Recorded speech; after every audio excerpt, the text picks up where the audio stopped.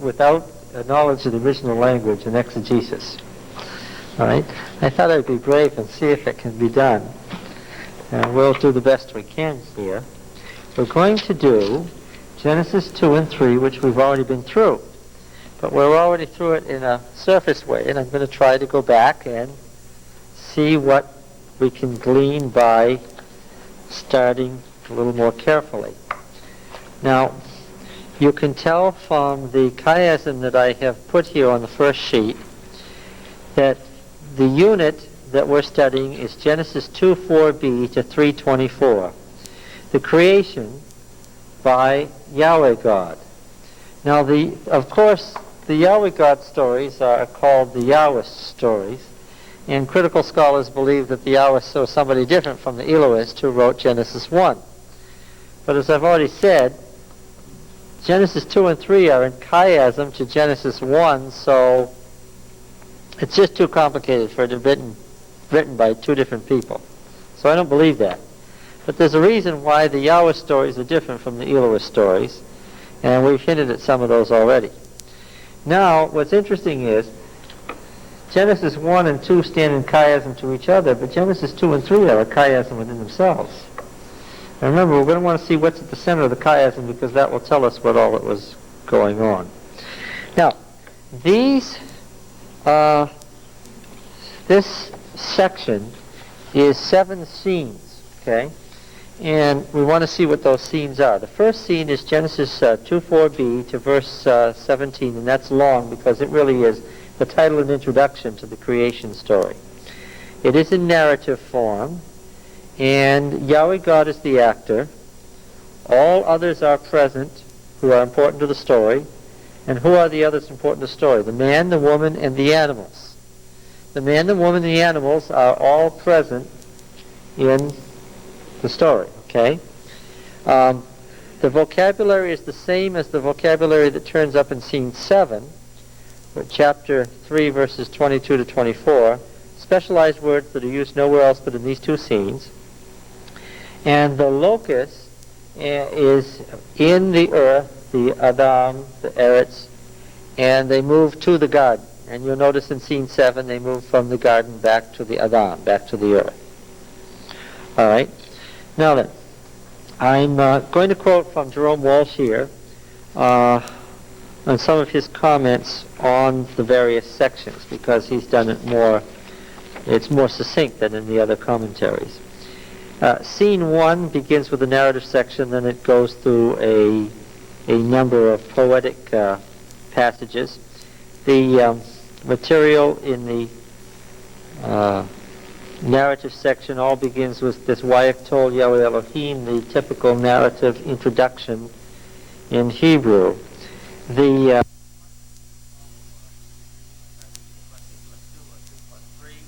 is very, very carefully composed poetry, so that you know that you're not dealing with anything by accident. When you've got meter stressing and you test the feet and you see how long are the words, you know that the words are very carefully composed as poetry, which means, of course, when you're in poetry, that you have multiple meanings, right? One of the things that I haven't said when I say that exegesis is just trying to get at the question of what did it mean? What did it mean sounds singular, right? What did it mean sounds like it had one meaning, but you have to... It may have meant some, right? For instance, clearly, since the snake is the king of the animals in the creation story, and the snake becomes a god to Eve, one of the things is, beware of religions that use animals as gods, to wit, the Egyptian religion, right? So clearly there's a polemic against the Egyptian religion there, and that's one of its meanings. Okay? That's not its only meaning. One of them. All right. Now then, there's another interesting thing here, and that is that we get down to verse 10. Suddenly, from our our wave tolls and our very carefully composed quatrains, we have a series of nominal and participial clauses that describe the rivers of the world. In other words, the language changes, the syntax changes, and it tells you something. And it answers a question that came up a couple weeks ago. The language is quite different in verses 10b. A river flowed out of Eden to water the garden. Right there it stops and changes. The language changes. And there it divided and became 4 rivers, the name of the first, and so forth. This is clearly an intrusion into the text. But what do I mean by an intrusion? It's been in the text ever since the text came down to us as we know it. But it's clearly a different kind of writing from a different period. Somebody has tried to place the geography of Eden for us in the 10th century and placed it in the rivers that meet at the headwaters of the Persian Gulf, where the Tigris, Euphrates, and the 2 ancient rivers that are spotted by satellite meet, right? The question came, how does that, and I didn't think of this at the time, how does that relate to the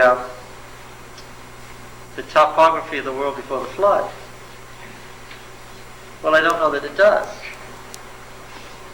Because the original Yahweh story didn't say this. Somebody has told us. Now, by the way, this idea that the Garden of Eden was at the head of the Persian Gulf is very ancient. All the way back to the 30th century BC, in the other ancient myths, you have the idea that in the Golden Age, the land of perfection was at the head of the Persian Gulf. It's funny to think of, isn't it? I guess you wouldn't think that if you were in Kuwait today. But anyway, that answers the question. This is relating the place to the geography of the ancient world. Okay, it's an intrusion into the story. And when you stop to think about it, that makes sense, doesn't it? Because this creation story has no interest in geographic locale, right?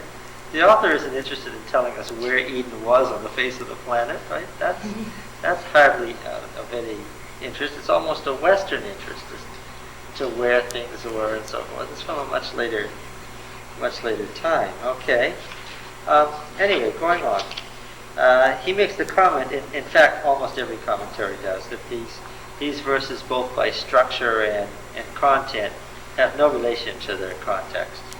There's none of the theological interest of the creation story is exhibited in these 3 verses. The gold of that land is good. It's almost absurd in the light of this particular creation story. Now then, we are going down to verse 17. The Lord God took the man and put him in the Garden of Eden to till it and keep it. And the Lord God commanded the man, saying, You may freely eat of every tree of the garden, but of the tree of knowledge of good and evil you shall not eat, for in the day that you eat of it you shall die. Now the word day in Hebrew has the same semantic range it has in English. So how should we translate this verse? What does it mean? In the day you eat of it. What does that mean? Translate it colloquially. How should you translate it? At that time, yes. Could you even say at that moment? In that instant? What's the idea? If you eat it, what will happen? You'll die. When? Then. But I mean, day could also mean sort of an era or something. In the era is now. Here we have a word that has the same meaning that it has in English. Would you, by judging by context, translate this for in the era that you eat of it, you shall die? Well, no, but the word, I mean, maybe with this context I wouldn't fit. Well, we're trying to establish the meaning in this context. Okay. It has some meaning because in the balancing thing we're going to question what happened to them. But I mean, when you what did happen to them? When you talk about the range of semantic meaning, that sort of is what your possibilities are, and then you Yes, have to that's sort of right. weigh those possibilities. Yeah, it could mean in that age, in that period in history. It could be in that 24-hour period. Right. Here, though, as you read through the rest of the Bible, that idea gets expanded on. Yeah, but we're trying to establish what was the order of God, because it becomes important later. Don't eat it what? Because When? Now. Then. At that time that you eat it, yes. All right. And they did. No, they didn't. That's part of the... But they did. Well, I mean, if you take the expression, you hear it all the time, of course, on very violent television shows, he's a dead man. yes. Well, he is. He just isn't in a box yet. Yes, okay, that's true. You're going to spoil the fun if you get to the conclusion before... I mean, the sentence is pronounced. It may not be executed. Of course, in the context here, you're supposed to read that the instant you eat it, you die. Mm-hmm. Right? Now, they do die in that instant, but in a different way. Right. Because he's going to tell you that the death process is a process, and man was dying, and he's dying at all levels. And one of the things about the creation story is what? What you already said. Since man, the word man in Hebrew means cloud of dust, and since dust is the realm of death, to be a man means what? To be dead. Okay? So, you're done. You're as good as dead. Right? Right? That was it. They were as good as dead from that moment, and they began to experience death, a kind of living death right from that moment. And that's where it's going to be found. Now then, in the next scene, in 2:18 to 25, we have something very interesting. Can I? Yes. You said around the 10th century. Is that when this particular little passage was added to the translation? Yes, apparently because the kingdom of David was trading with the through the Arabian Peninsula, and they were getting gold. David and Solomon were getting gold from that area, and so the commentary, "The gold from that land is pure," is a comment on the trading that was going on at the time. The gold that comes from there is purer than the gold that comes from So Africa. this was done in the time of the kingdoms. Yes. Yeah. It was still early enough so that the sacred text wasn't so sacred that you couldn't mess around with it. Who today would try to add a part to the Bible? First of all, you couldn't because everybody would laugh at you, but secondly, there was a time when the Bible wasn't so set that you couldn't mess around and add things and comments to it. And even today, the translations kind of like that cotton patch translation. Yes, that's right. All right, now, in the section that begins in chapter 2, verses 18 to 25, we have a second predominantly narrative section. The active role is played by Yahweh God again, but now it's supplemented by subordinate activity on man's part. The woman and the animals appear, but only as passive figures.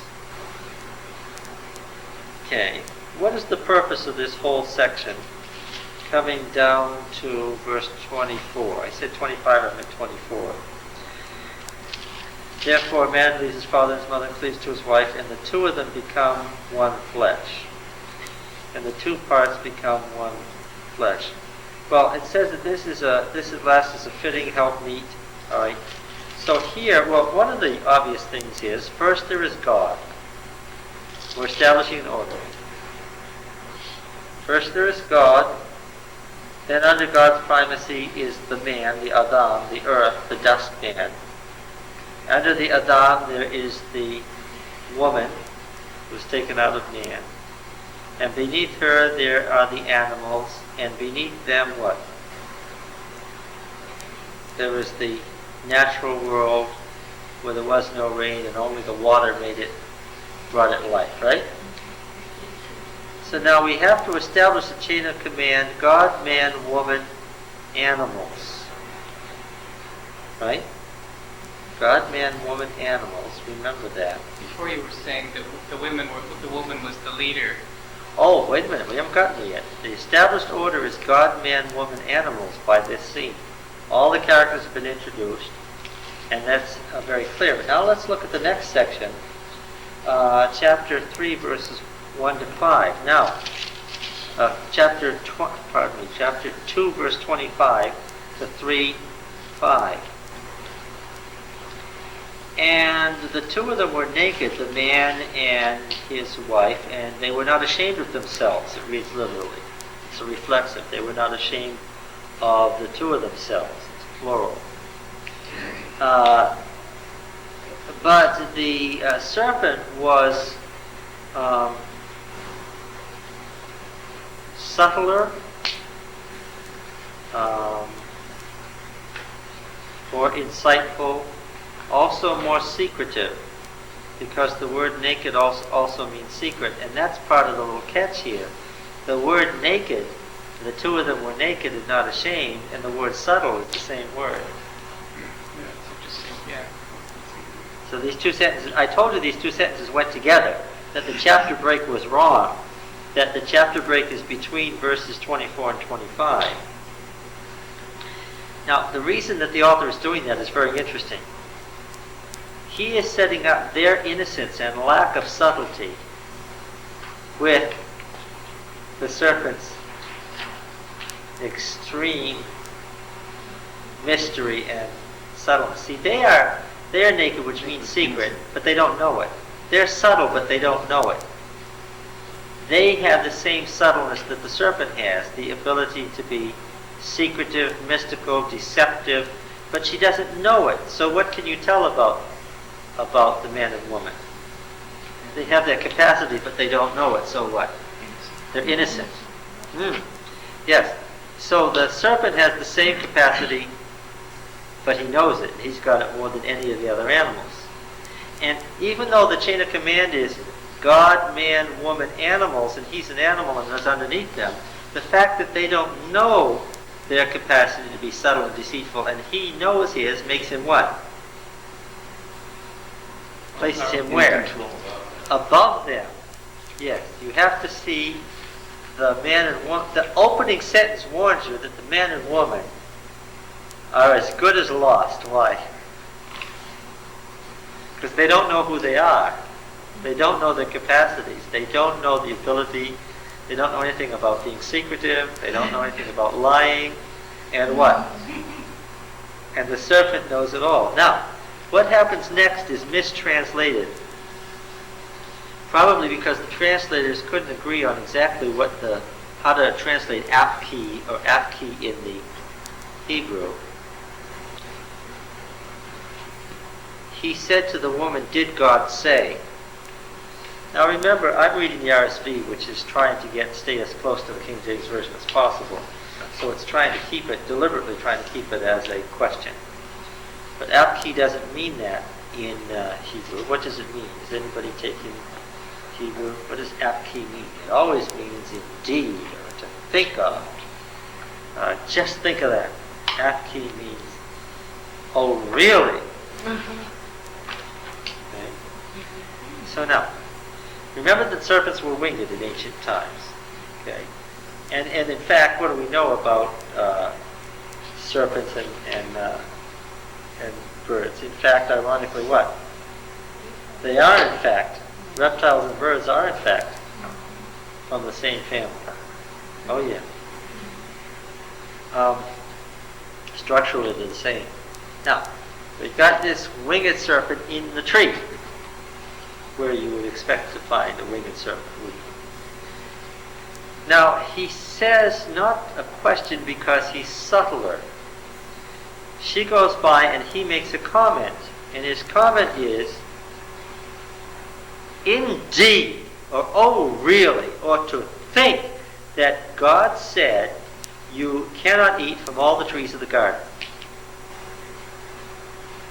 Just think of it. God said you can't eat from all the trees of the garden. Okay? And how would the serpent know that? Huh? And how would the serpent know that? If I were walking by and he said that, I would, well, how would you know that? But she wasn't Well, subtle. She didn't know. She didn't know that. she didn't know that you could lie. She wasn't subtle. Okay. Now notice something else that's very interesting, and that is all the way through here, the Yahwist is careful to tell you that this is Yahweh God who is running things. Yahweh God is God personally and God sovereign. Yes. But Just God, all them together. yes. But Yahweh God is a personal God, not distant. He can be known. In fact, they do know him. How does the serpent speak of him? Just as Elohim. As Elohim, God, as something impersonal, distant, and cold. What's in the name?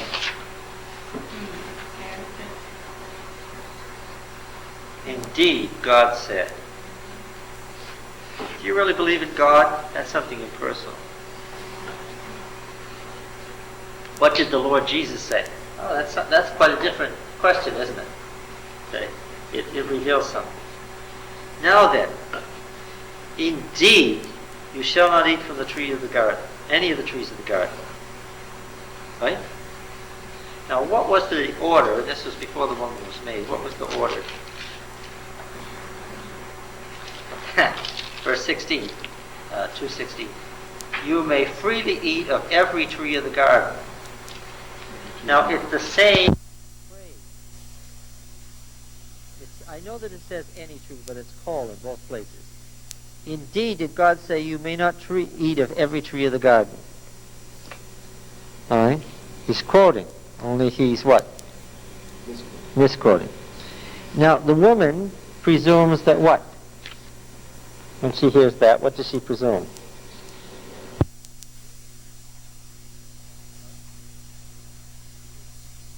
Well, she's trying to quote accurately, but what? He's just what? Made a mistake. He's just get confused. And so what does she set out to do? She's going to correct him. She's going to correct him. Yes. And in correcting him, she makes a mistake. What does she do? Tell him. She overcorrects him. Is that right? She points out to him which ones, because he Oh. probably did not know exactly which one. All right. Here's what verse? What verse is it? 2. Yes. The woman said to the snake, "From the fruit of the trees of the garden, all of the fruit of the tree of the garden, or any of the fruit of the tree of the garden, maperi, is any part of the fruit of the tree of the garden may be eaten passive." So far, so good, right? She hasn't told the whole story, right? Any of the fruit of the tree which is in the midst of the garden, Elohim, notice what she does here. What does she do? She makes it impersonal too. Yes. She's speaking his language. Elohim has said, you may not eat from them, plural.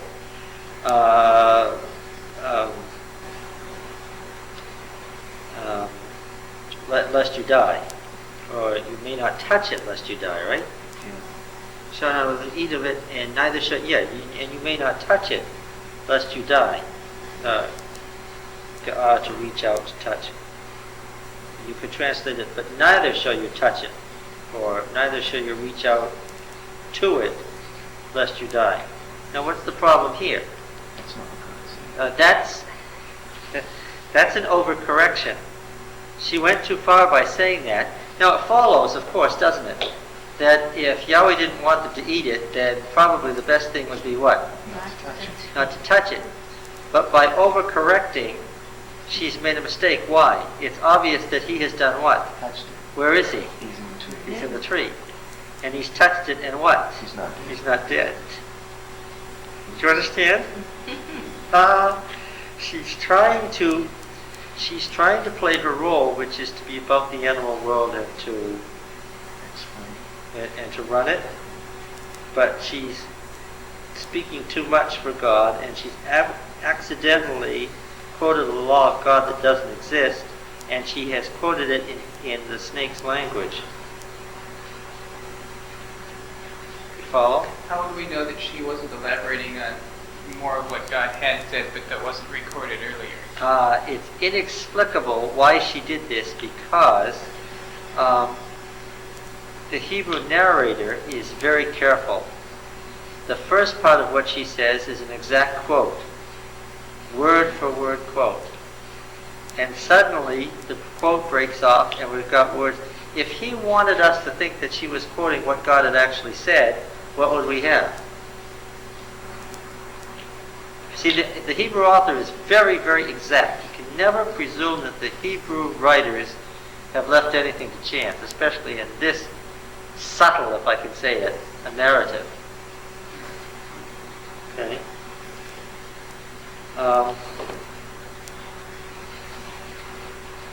So what would they have done if it was a quote? They would have continued the quote. They would have given us the quote in the first place in verse 16 to prepare us for this. I see. Okay? Now, what happens next is very interesting.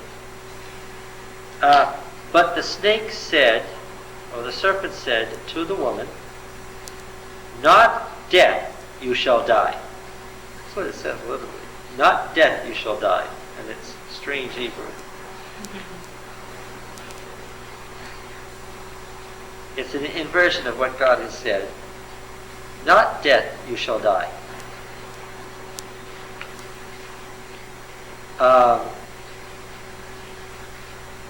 It's a lie that's true, because in fact it wasn't death that they were going to die, it was another kind of thing, and it foreshadows what's coming. But neither the serpent nor the woman know it. Not death you shall die.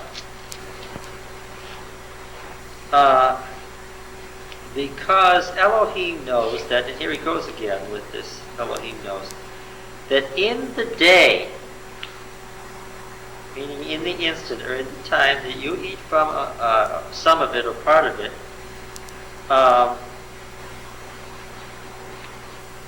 your eyes will be opened, passive, both of your eyes will be opened, and you will become like Elohim, a knower from good to evil. Okay.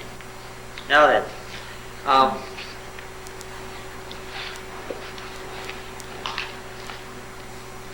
what happens next?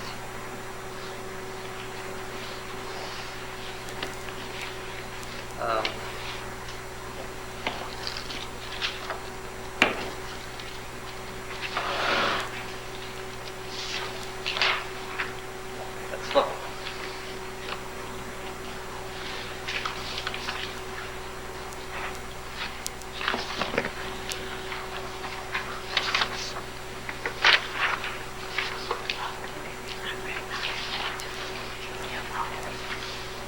Yeah.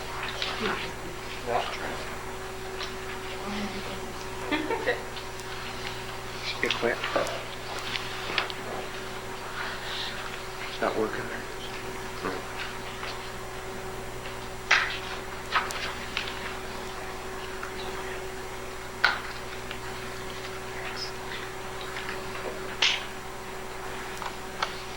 Okay.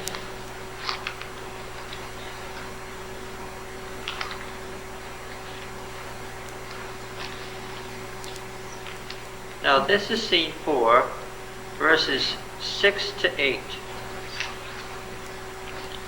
This is a narrative set in poetry and prose about the woman and the man. This is scene 4. And in a chiasm of 7 scenes, what's the important scene? Middle. 4. And in scene 4, what are we looking for? The center. All right. Watere ha'isha ki tov ha'etz lama'akal wakita awahu la'enayim v'nechvad ha'etz l'haskio watika mapirio watokal watatain gam la'isha ima. Okay. Three couplets in a row, all of them scannable as parallel, but we have one extra word hanging out on the end, yokal. And then we have 3 more couplets. So what word is the center? I have underlined it. And he ate. Yes, because the verb akal means to eat. So What is the turning point? What's the center word of the creation story? And he ate. Yes. In Adam's fall, we sinned all. Right? Now look. I said that this was the creation of the world by Yahweh God. And you'll notice that in the first part, we have the creation of the world that once was, the creation of the perfect world. And after that verse, what do we have? The creation of the world that now is. Right? Alright. So what did it say? Now when the woman saw that good was the tree for eating,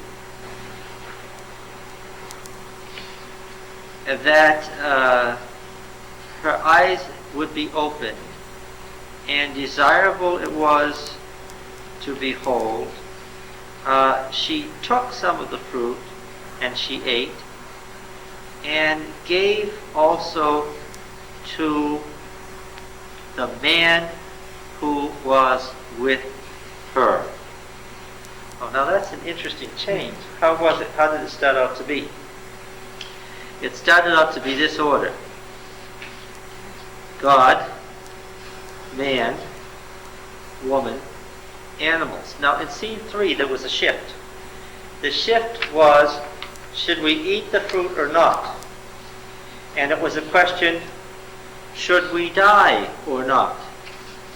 But at the end of scene 3, it isn't should we eat the fruit or not, means should we die or not. The question is, should we eat the fruit or not, which means what?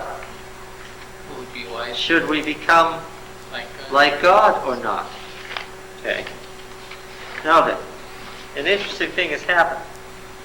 The serpent, through some mystic means unexplained, has caught on to what God is up to.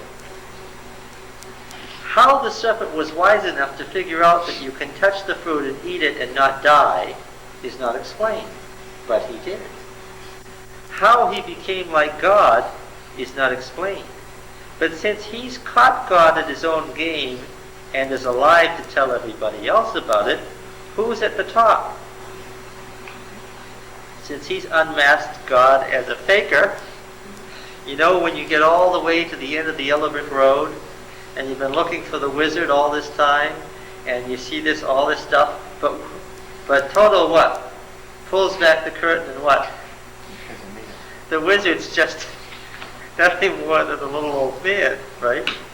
And that's the idea. Now what's the order?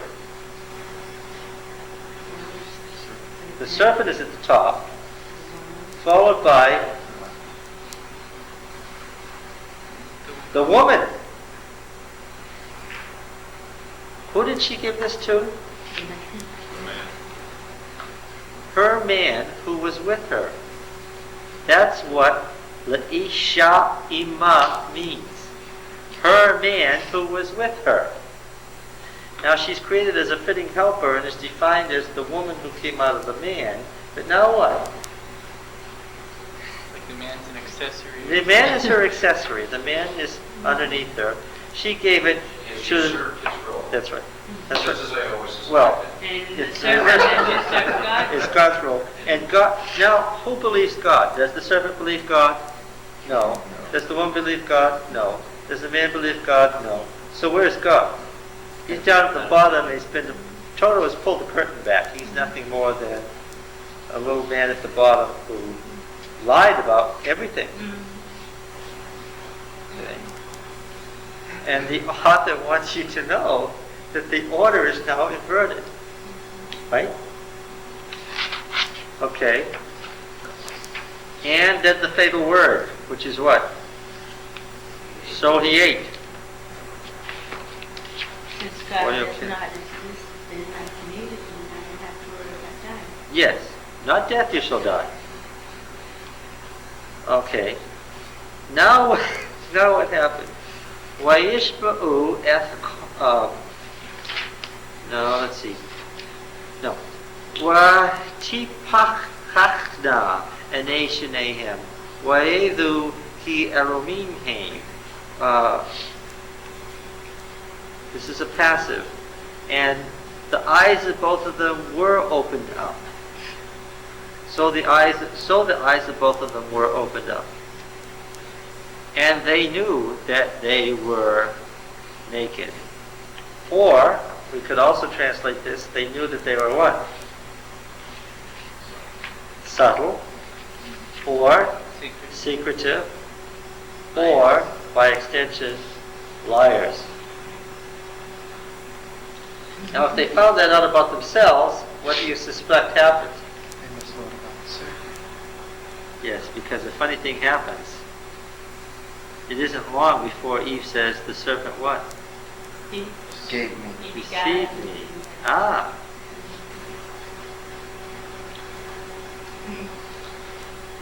Since the eyes of them both were open, they knew they were naked, they sewed fig leaves together and made for themselves aprons. So does it mean that they were physically naked, or does it mean that they were physically or mentally subtle, or that they knew that they were liars? They're physically naked. Huh? Both. Yeah, oh yeah, yes. I'm not going to be able to get away with any trick questions like that if this keeps up.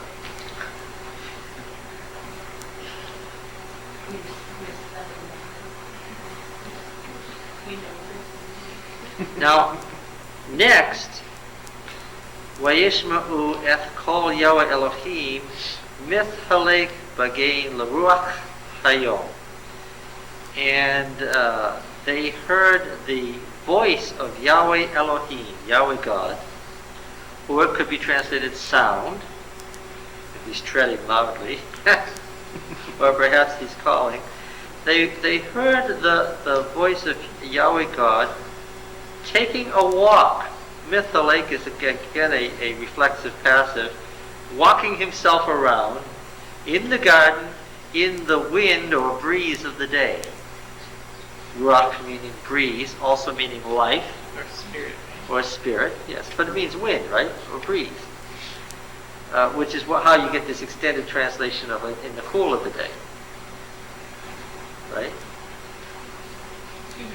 But since it was the Ruach of Yahweh that he blew into them that made them alive in the first place, and they became a Ruach, a living being in the first place, you've got to contrast all these words about death with the fact that Ruach goes where Yahweh goes, which is to say life.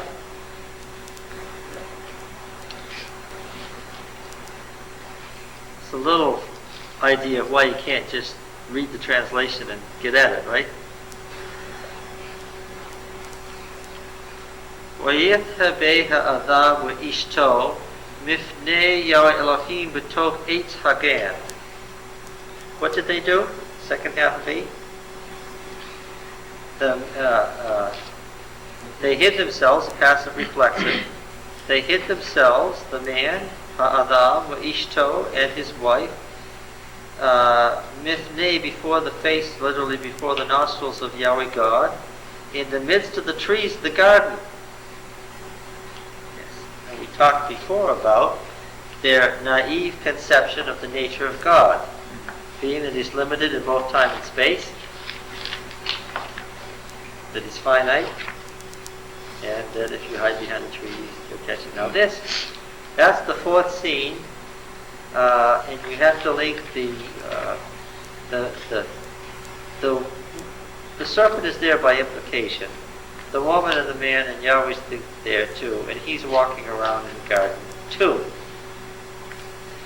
Now, you'll notice that we started the creation story outside on the Adam, on the face of the Eretz, the earth, and we've gone toward the center. Now then, how to obtain the center is one of the great archetypes in literature.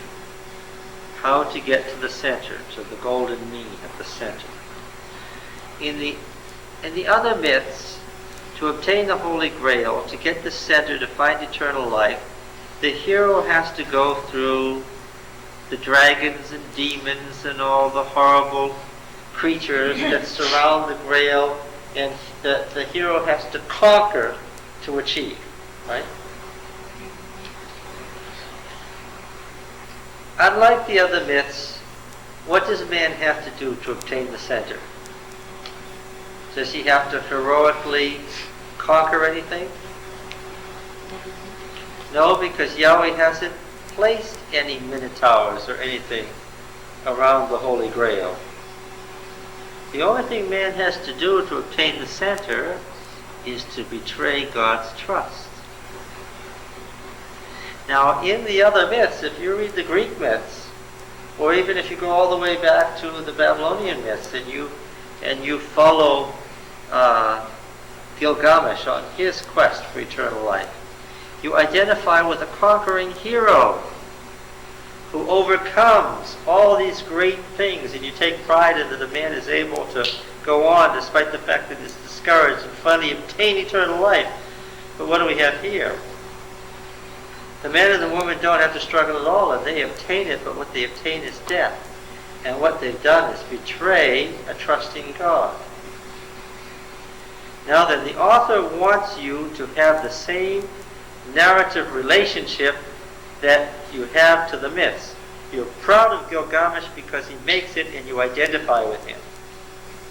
Right? But when you read this story and you read carefully with your mind awake, you know that Adam and Eve is who? Who is Adam and Eve? That's us. Yes. And what are you supposed to feel? What does the author expect you to feel? Yes, shame, that key word.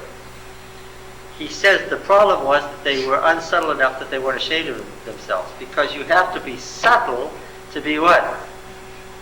To be ashamed. And he wants you to read this narrative and say, that's my first father, that's my first mother, and furthermore, take them out of the story what? That's me, because the author wants you to know that God is still here, and what? And you and I are what? We're still betraying him.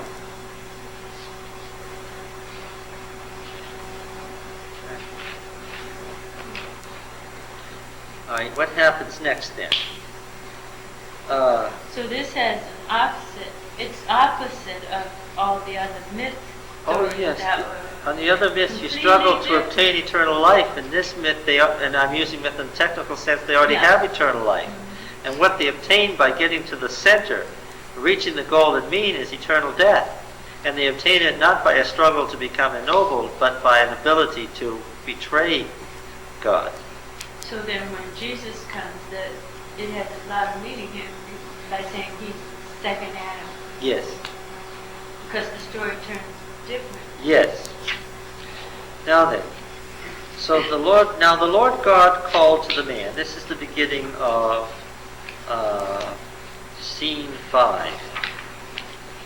And just as we had 3 statements about God in scene 3, so we are going to have 3 answers from God to God to his questions. He's going to ask 3 questions and get 3 answers in scene 5. Okay.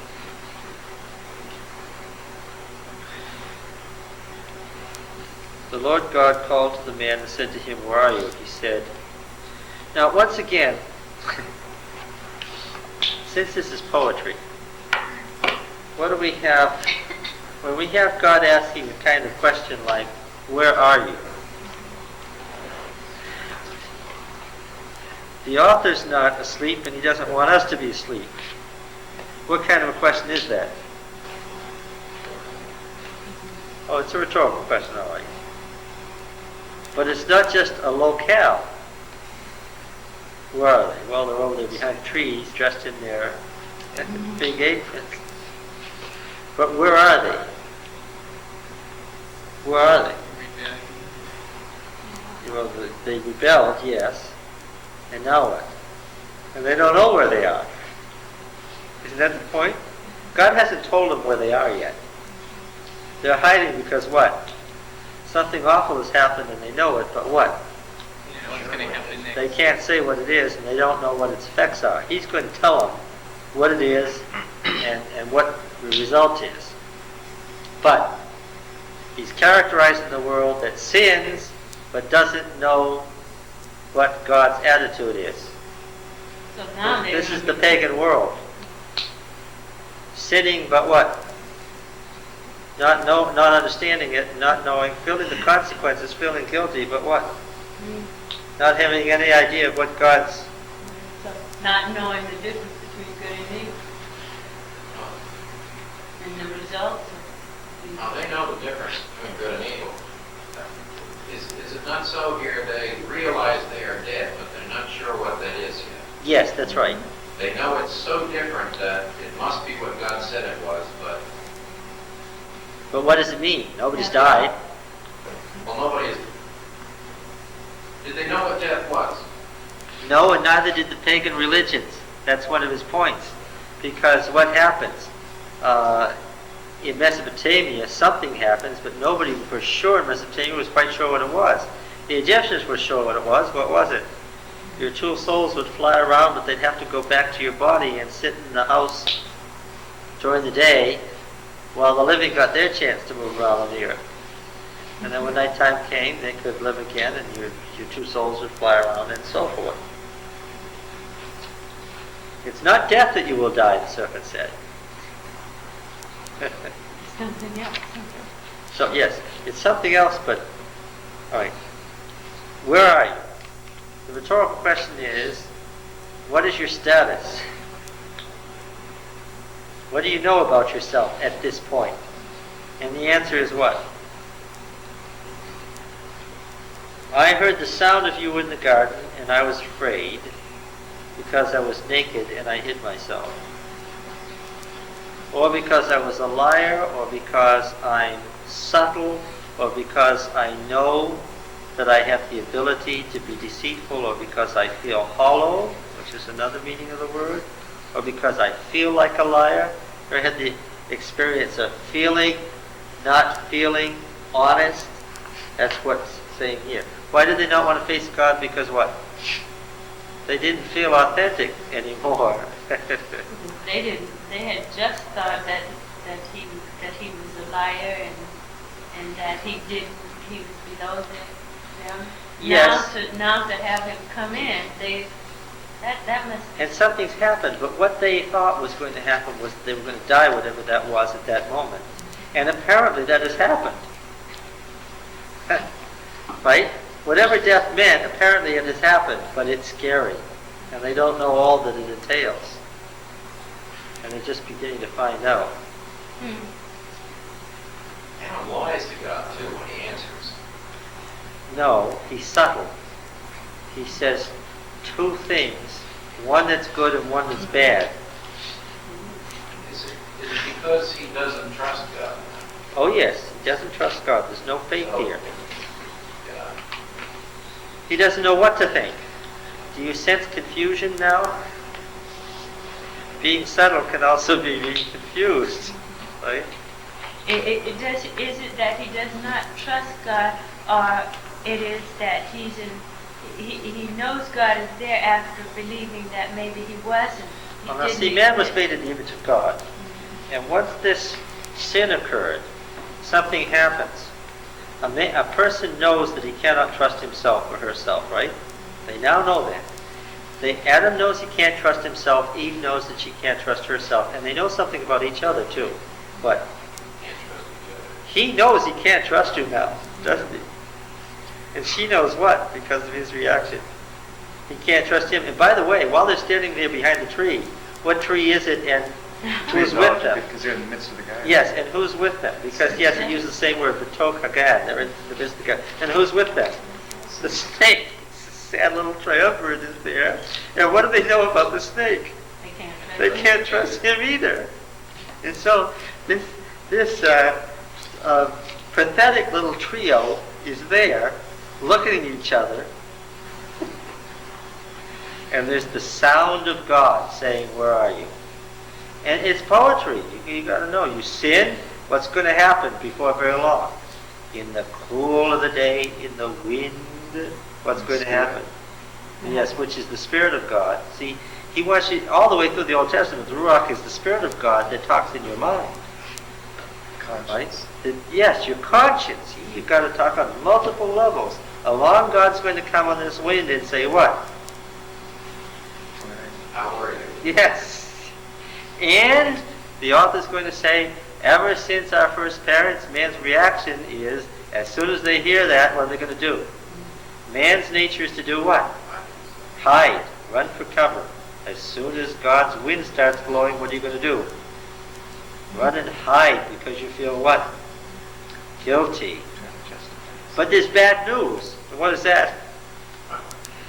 Yes, you can run, but you can't hide.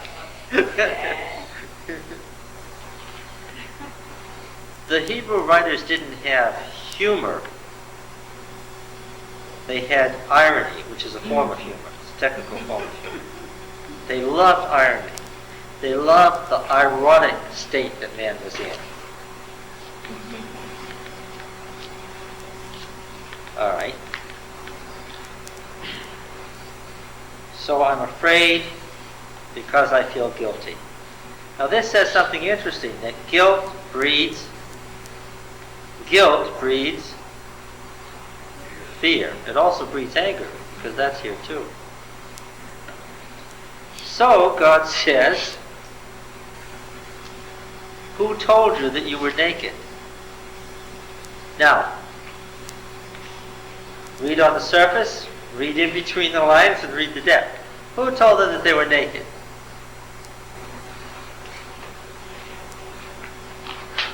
Well, yeah, they figured it out. So who told them? They. It's something God put in them. Because gradually it's going to dawn on them. And it's the same thing we said about God's sovereignty before.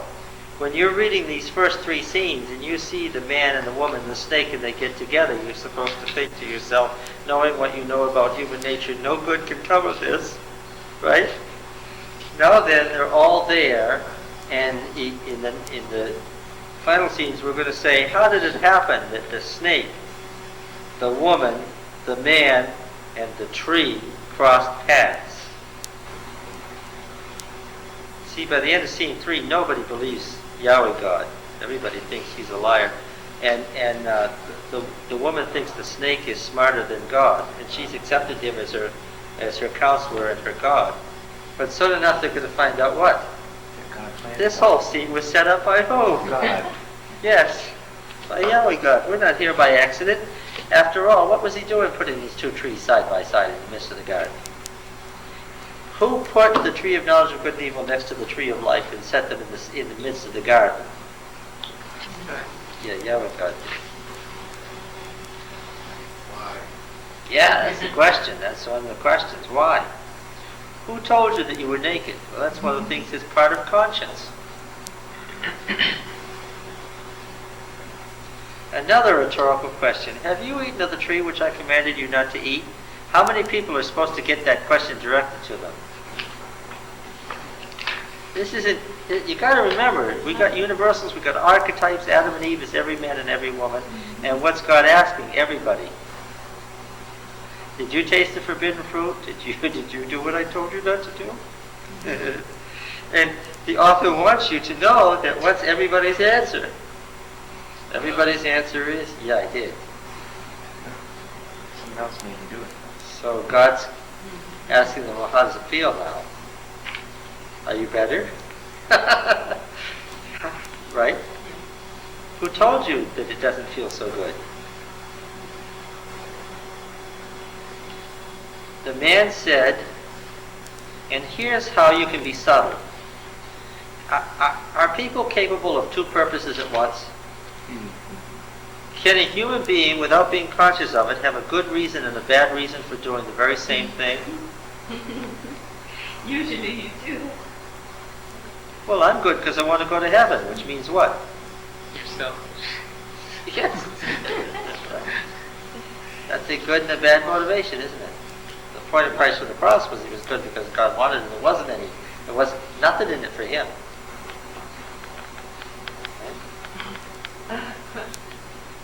Or another reason was I'm good because I don't want to go to hell. Right? That's okay, isn't it, as an initial motivation? Yes, it's a good and a bad motivation. It's okay as long as it's only the beginning. It's But it's always there. I'm good because I want people to respect me. But God expects us to go beyond that. Yes. Demands it. But why do we want people to respect us? You know, you can The go on problem is the that. endless selfishness of man, right?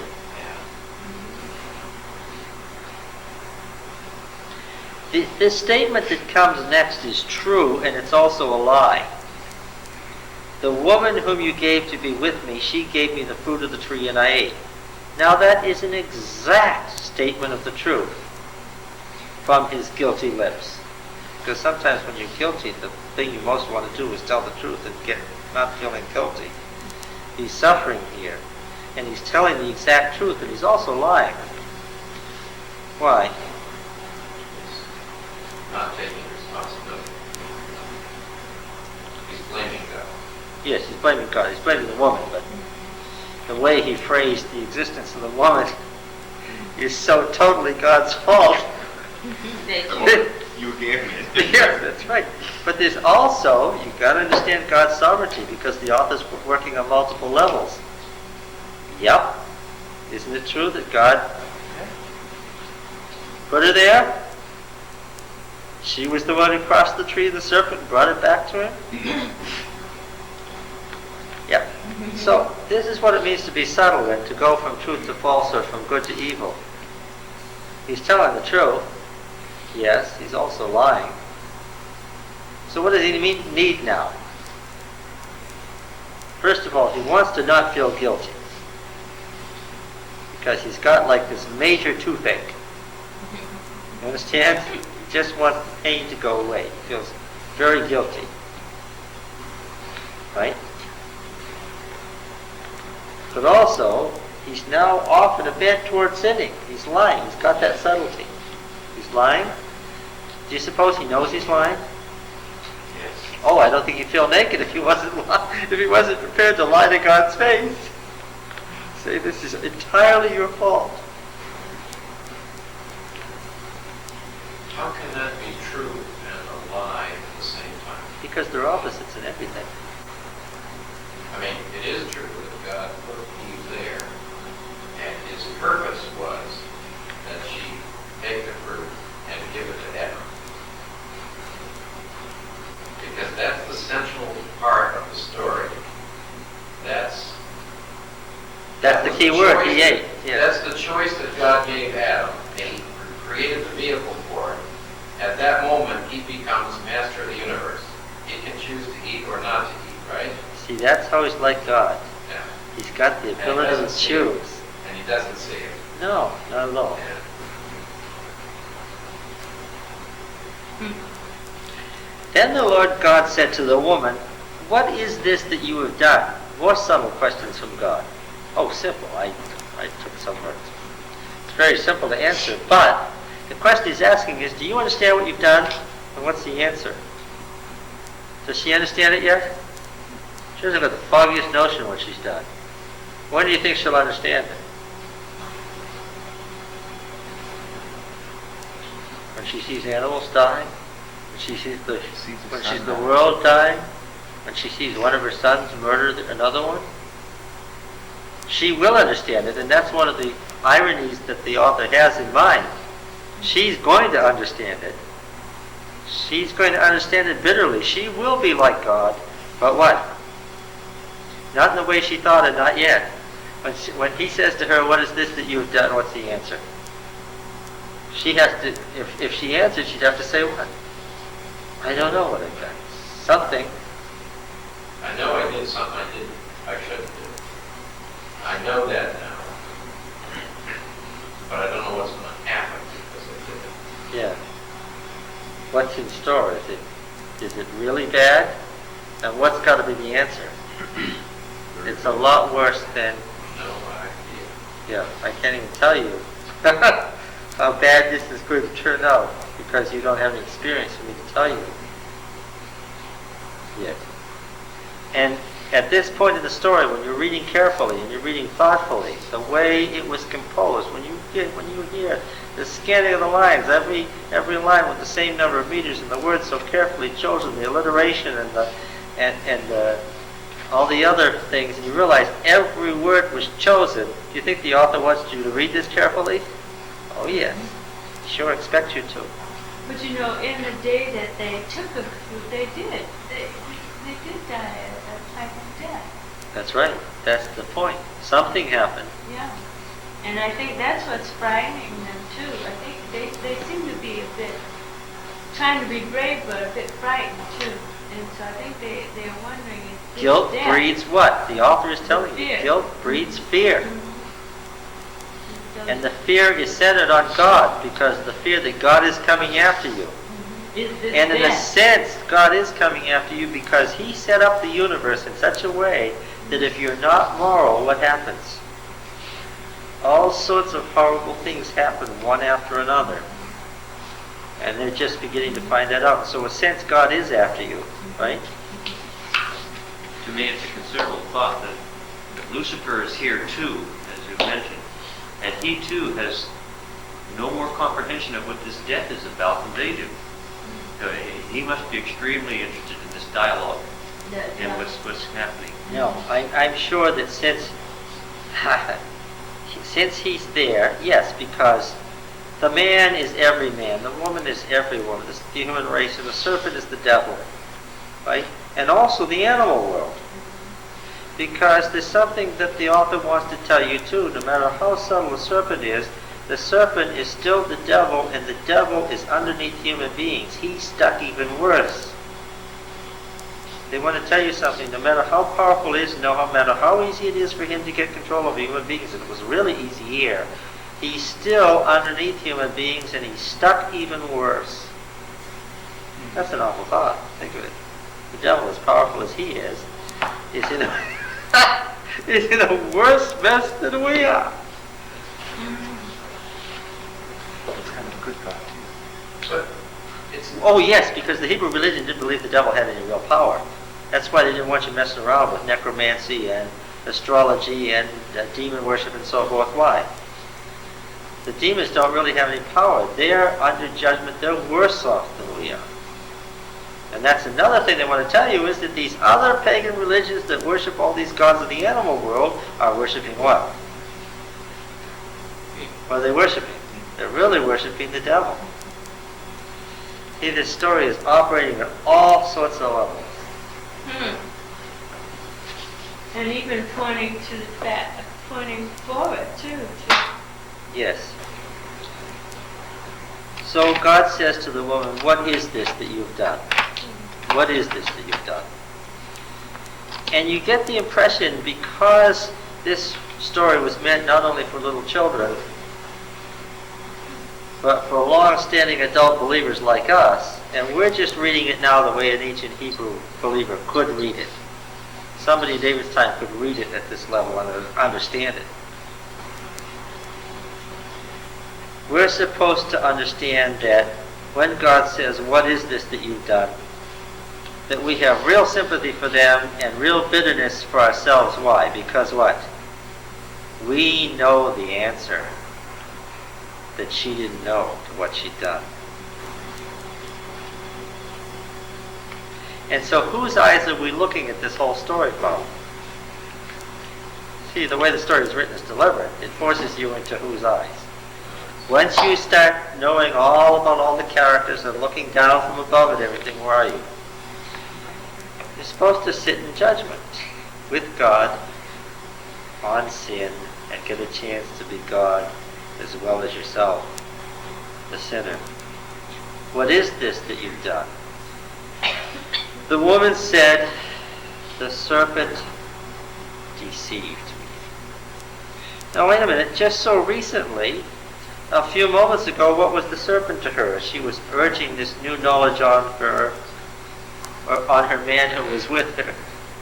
What was the serpent? it was a God. Yeah, it was of God. He knew everything. He discovered the secret about God, and he knew all about reality. Now what?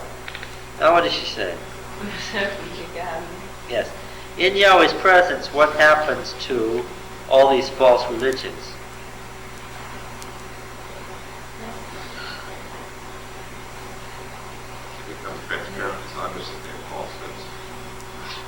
Yes. It's like they found before you are. Yes, that's right. In God's presence, all deception appears what? As deception. And so recently that God looked like he was the liar and wasn't in control of anything, come into his presence in judgment on what? All misconceptions and misconstruals are, she knows that she's been had. And so then the question becomes, how did the serpent get so confused?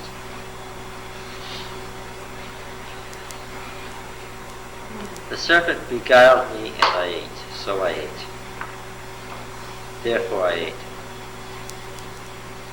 Yahweh God said to the serpent, because you did this, the same Zolf is, what is this that you've done?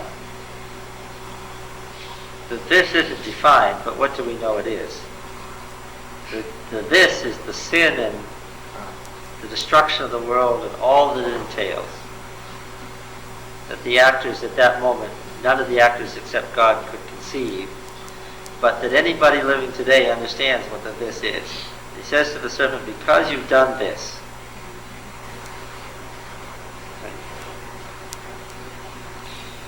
you are cursed above all cattle, that's all domestic animals, above all wild animals.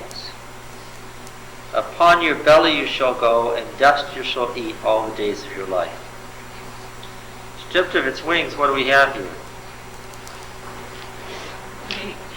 The snake must grovel to move around. Just to move around, the snake is going to be forced to eat dirt. Yes, that's right. What's the realm of the snake?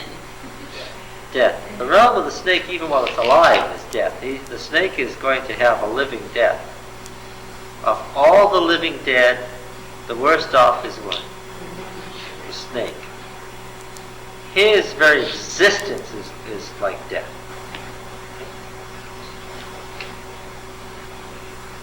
And that's Satan, his very That's right. His existence is death. death. Just all the He days of brings your life. death on everything. And experiences it too. It's not just that he's acting on everybody else by biting the heel, but that his own life is a misery to him. Right? You can't think of the devil as happy. You have to think of him as what? As existing. But what? Yes, the existence is misery, and in the end, what's God going to do? How will we have to say? God's going to put him out of his misery. That's the only way that you can say it. Too bad. So this is the worst curse, right? This is a doom to endless misery.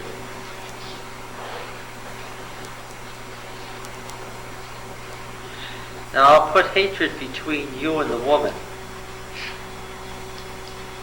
Remember that in ancient times all serpents were thought to be poisonous. And between your seed and her seed. So, an etiological myth, meaning a narrative, an explanation of origin. What is the natural repulsion that people feel for snakes? Oh, it's the action of the snake to bring death on us in the first place. And whenever we look at the snake, we think of what? We are repulsed because of what? Because the snake is our subconscious vision of death.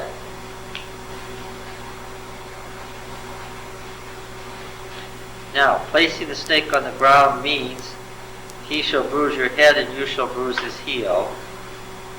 The snake is ever where? At the level of the heel. Now, it doesn't say in the text who's going to win here. It's the big question, right? It's implied though. I mean, the head is much more vulnerable. Except that all serpents were believed to be poisonous. Get a bite in the heel and what? You're as dead as the snake with the crushed head. And of course, literally, is to become very ill with the bite of most snakes Or anyway. you you might die. That's right. So, Is this Achilles? oh yes, this is Achilles, yes, with his heel. It's just to take off a later myth, taken off. Yes.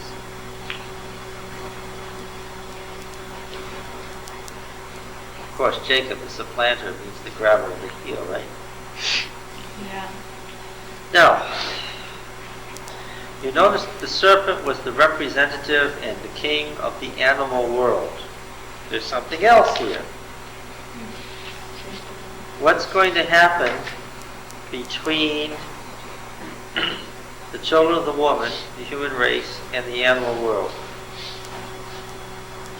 The animal world once joined, both the domestic world and the wild animal world once joined in such intimate relationship. A relationship is broken forever. Now what is the natural relationship of the animal world to mankind? They're enemies. The domestic animals we kill to eat. They might trust us, but what? The lamb might be our pet, but what? We're going to kill it. And the wild animals know what? If they see a man, what? They should run, because now the natural relationship between man and animal world is broken forever. Until the restoration. There isn't any restoration. Well, They don't know about that yet. Oh. All they're getting so far is the bad news. Remember, they don't know who they are, they don't know what's happened, and God's defining. yeah, and in your list of exegetical things, it talks about new concepts that are first introduced. So, like, the idea of a curse is first introduced here, so they probably wouldn't have any idea what a curse was. Well, they're getting it, yes, slowly, yes. So, there's a physical change and there's a relationship change in this curse. And we're going to see that again. Next, to the woman, he said, I will greatly multiply your pain in childbearing. Seems like such a strange curse. In pain you shall bring forth children. Oh, but you got to understand the multiple levels. He's not just talking about the fact that it hurts during labor. What? Throughout the life of the child, the human, the growing up, you're going to see your child. If your child becomes a murderer, are you going to be happy? No. Are you going to be able to dismiss it? You're going to suffer pain. Oh, listen. You look at some of these talk shows. Oh, Children can do it to you, right? Do children have the ability to ruin their parents' lives? Jacob. Right? Oh, yes. Children can ruin their parents' lives. And what's the story here? The story is that which parent can be more ruined, the mother or the father? What's it saying? The mother has the potential for being more utterly ruined. in Rachel. The pain, yes, the pain is in having the children, because we have always in Hebrew we have those perfects and those imperfects. And once you get imperfects, you know you're talking about what? You're talking about a state, not a historical event where it happens once and I had pain when the child was born, but what? Now if the children don't obey, or if the children drive you crazy because they're all running around at once, right? Or you have children at different stages and things are going well or ill, the mother is going to have pain in bringing forth children. And the children are going to be her special province. Yet your desire shall be for your husband. Sounds silly, right? If the children cause me such annoyance, then what? Then what? Wherever they come from, get out of here. Now there's a physical change and there's a relationship change. The relationship of the woman to children changes, and the relationship of the woman to husband changes. Your desire shall be for your husband, but he shall rule over you. The woman wants to return to the relationship where she's the fitting helper and they are equals. But what? But the man won't do it. What? Because he's accusing No you. way. He will always, yes, Mistrust. he will always rule over you. He's not going to return to equal relationship. He never will again. What's the ultimate symbol of the man's rule over the woman? It's the childbearing. It's his dominance over her that brings forth the children. He shall rule over you. Now, this is talking about broken relationships. The woman hopes for relationship. But what? But the man's mind is always going to be elsewhere, God said. Where's the man's mind? Huh? Dominance is one thing. Where else is it? Yes, in his work. It's never, his desire for relationship will never match hers. What? Have you ever heard this complaint from a woman? Yes. I mean, you hear it so much today. Yeah. It seems to be that ingrown thing that you don't understand in the whole world. And you're talking about talk shows, you hear it even on the news. Yeah. The woman is doomed to disappointed hopes in relationships in her family. She's doomed to wish for relationships that probably won't ever come to fruition. The woman wants more from the man than the man is ever going to be able to give. Why? Because that's going to be their nature as a result of this. Why? See, God is making it as a nature result of an historical event. Man's never going to be able to fully give to woman again. Why? He did once, and what? What? And she sold them down. Yes, and it brought this death. And now God is making it, putting it into man's nature that he will never be able to give to the woman again completely. And she's going to sense it, and she's going to know it, and it's going to cause her pain. For how long? Always.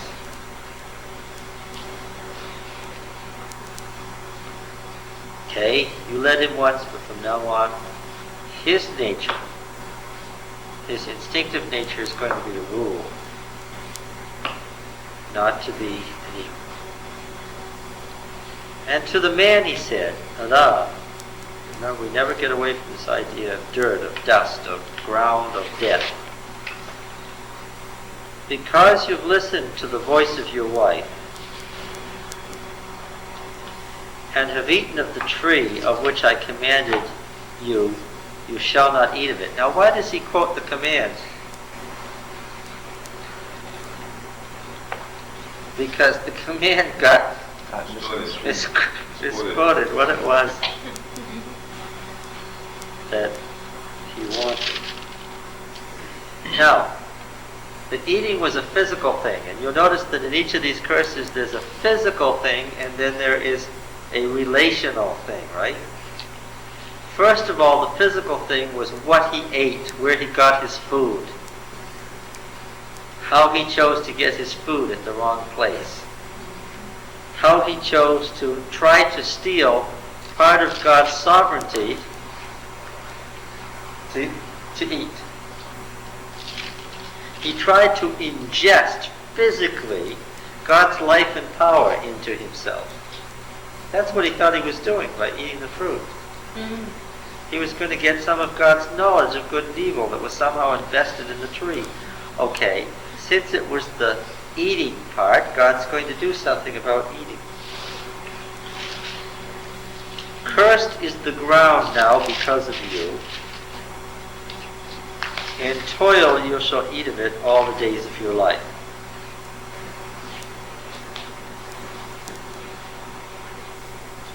Thorns and thistles it shall bring forth to you, and you shall eat the plants of the field.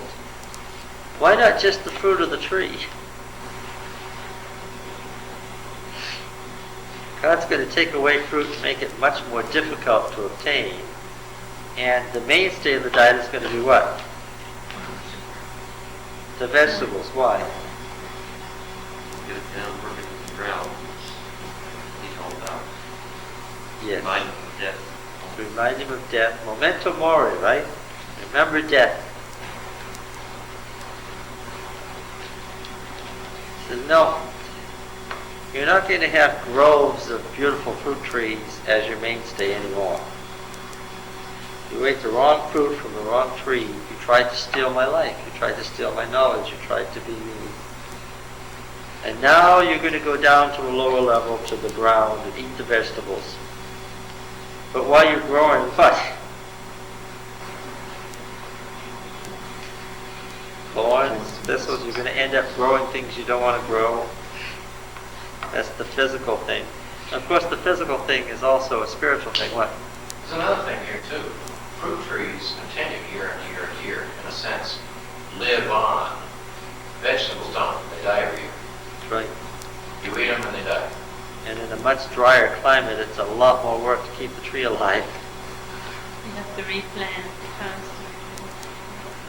constantly. The vegetables you can grow every year when the rains come. So they would see that cycle of life and death to remind them over and over and over as they eat. Oh, absolutely. Every time you went down to get a cucumber and it was sitting in the soil, then what? It came from the soil and what? As soon as the cucumber rots, Go what is back that? to Goes right back. And that is who? that man. That's me. The rotten cucumber is me. It's only a matter of time before what?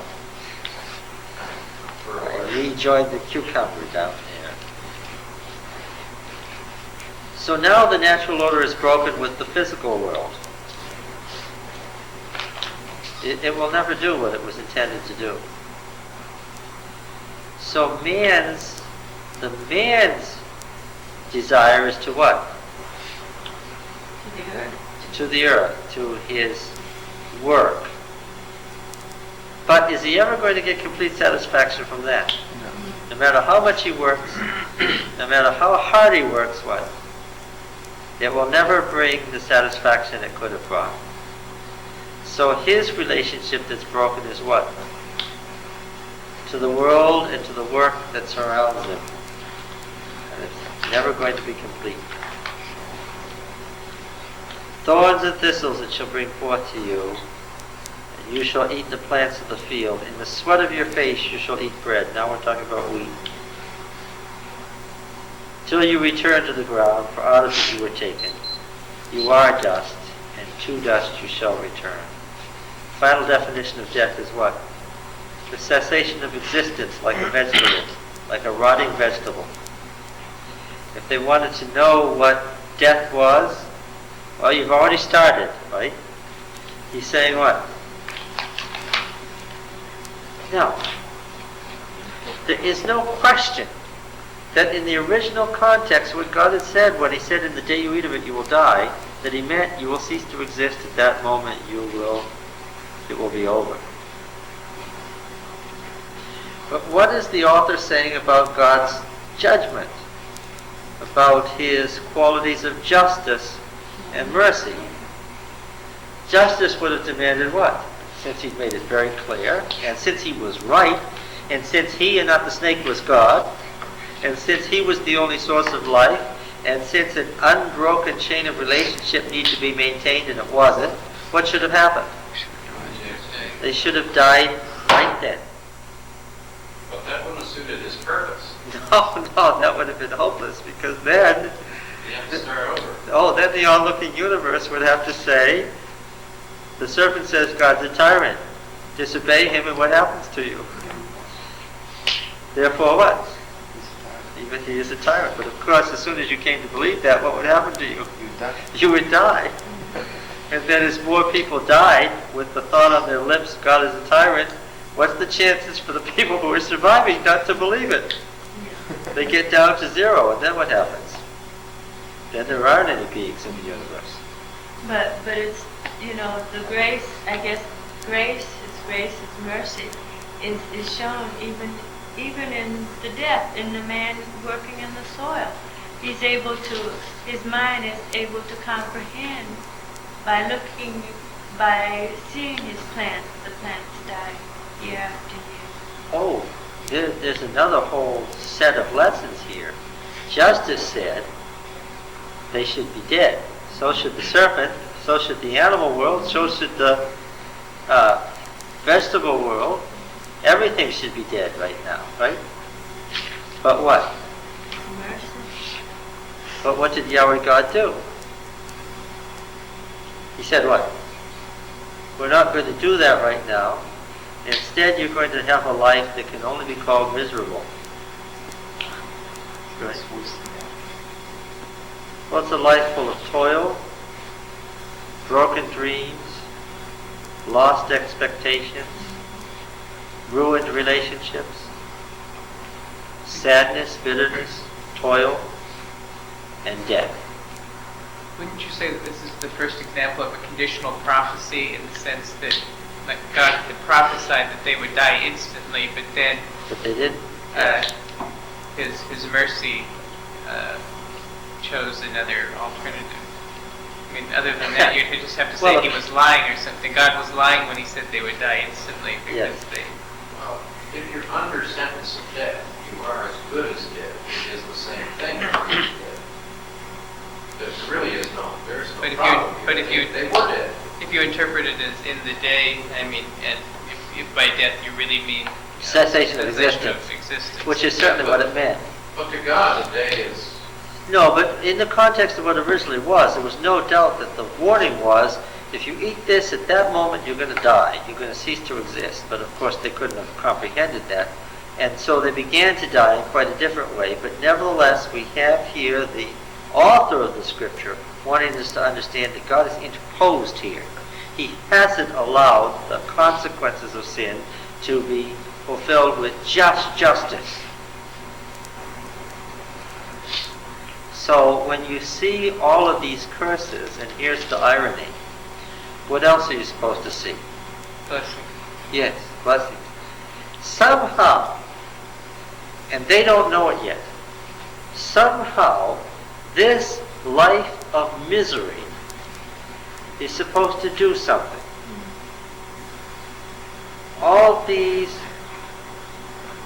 forgotten dreams and broken relationships and this endless life of pain and toil is supposed to do something that is a blessing, that somehow saves man from death. Right?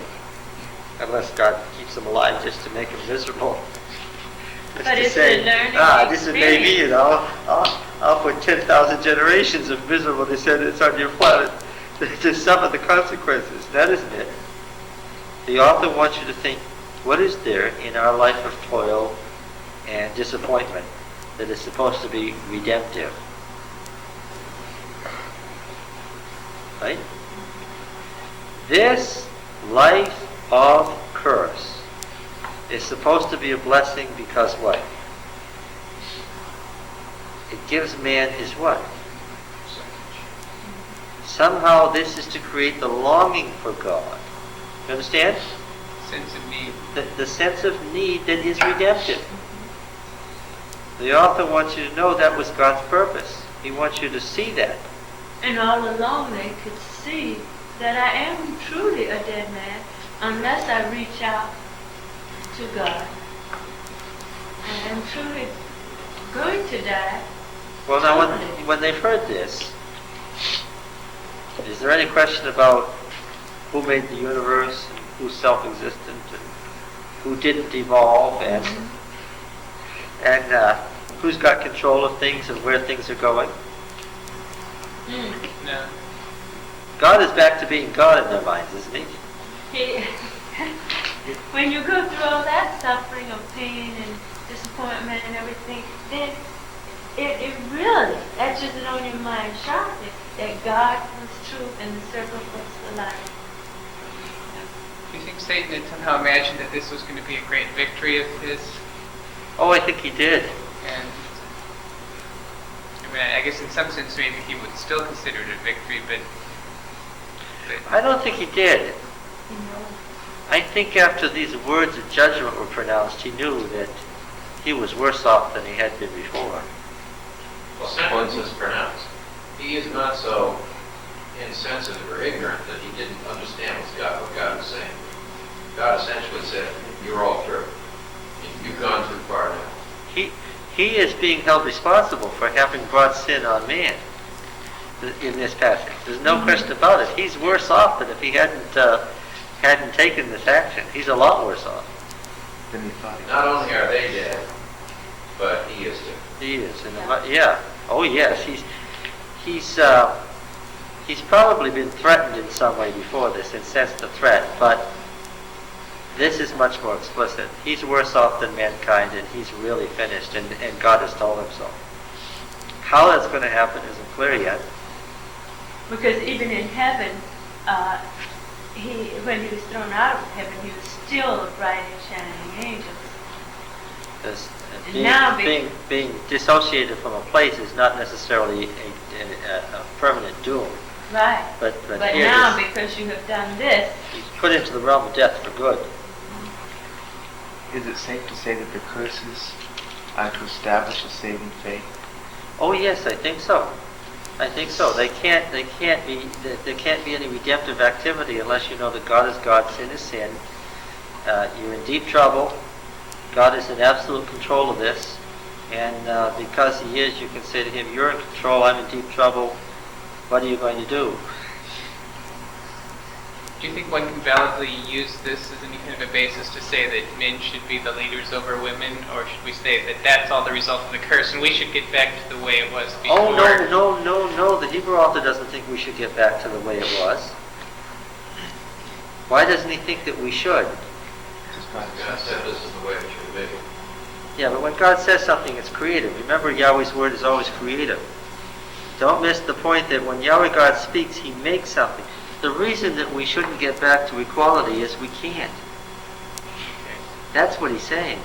No matter how much we try to somehow be equal and treat each other as equal and sense the same things and feel the same things, what's the scriptural writer saying? We can't. We can't. We cannot get back to the home where we were. You cannot go home again. That's what this says. Well, would we conclude that since He gave Noah and them the right to eat meat, that we really can't live as vegetarians now because our natures require eating meat? No. We could eat meat or not eat meat, and the Nazarites didn't eat meat. Okay, so even in the Old Testament you had vegetarians who were specially dedicated who didn't. But not eating meat won't get you back to the condition that Adam was in when he left the garden. Right? All it's saying is we can never, not eating meat means that I'm not killing an animal. But that's not going to get me back to the relationship to the animal world that once was. Home is gone. That's what the Hebrew author is saying is, how at home are we going to feel?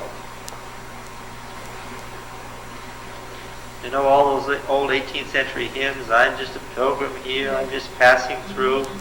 The Christian feels like he's only passing through. No, that's not just a Christian feeling. What? That's a human feeling. What does every human being know? yeah, This cathedral may stay here for 500 years, but what? I'm just passing through. Right? Kind of discouraging. My house has been around for 170 years, and if time lasted, what do I know? Build the house well, why? Fix it up nicely, why? It's a nice house for somebody else, but I'm up in the cemetery. running away. Somebody who's never heard of me. Would you say then that there's also no encouragement in the New Testament, or is there encouragement in the New Testament to bring about a better relationship as far as the man and woman? Or are we trying to see something there that's not really there? A better relationship, yes. The fact that there's not a Jew nor Greek, free nor bond, male or female makes possible equal salvation. But the relationship that had been intended in the garden is gone. It's not going to be in this world again. And that's what the scriptural writer is saying. It's never coming back. It can't be gotten in this world. If you don't trust, you can't be equal. Yeah, somebody's got to lead, somebody's got to follow, or you're going to be in an endless Since I don't war. trust you, then I lead and you follow. See, because man's nature is selfish, there can't be a truly equal relationship between any two people. That's right. Not maybe for a moment or a day, but not. I don't know what it means that the woman can feel more about her family and her children than a man can. I'm never going to bear children, and even though I think I feel very strongly for my adopted sons and my little grandchildren, the Bible says to me that I can't feel what a woman can feel for them, and I have to say, I'm never going to get it. No matter how sensitive I am, I'm never going to catch it, because that's part of the curse. And I'm going to place more weight on things that a woman wouldn't place weight on. Well, now the last thing, what happens? They moved into the garden. Let's see them moving out. The seventh scene. The man called his wife Eve. Eve from Hawa to be alive, because she was the mother of all living. And Yahweh God made for Adam and his wife. Notice that? Garments of skins and clothed them. So what does that tell you? What did he do? He had to kill an animal. He killed an animal. And when he killed an animal in front of them, what did that tell him?